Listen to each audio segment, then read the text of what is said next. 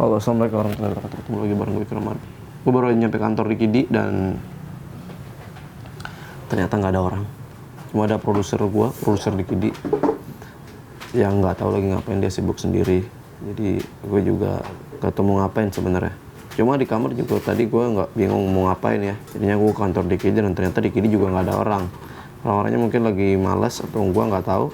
Iya ginilah, gue nggak tahu, nggak ada orang di Kidi ya. Jadi gue memutuskan untuk membuat video nggak penting ini, dan gue mau menyampaikan kalau gue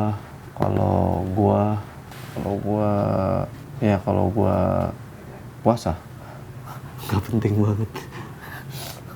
Gue cuma mau ngasih tahu aja sih kalau gue lagi di Kidi dan ternyata di Kidi nggak ada orang. Jadi gue kayaknya mau pulang aja, mau sekalian ngabuburit. Tapi gue mau nulis sebentar, baru habis itu gue balik. Pulang aja, gue cabut aja. Di habis ini gue mau balik.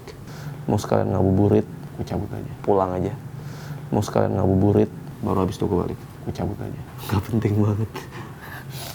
Dan habis ini gue mau balik.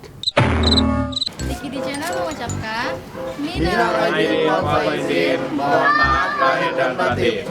Selamat Lebaran. Jajan.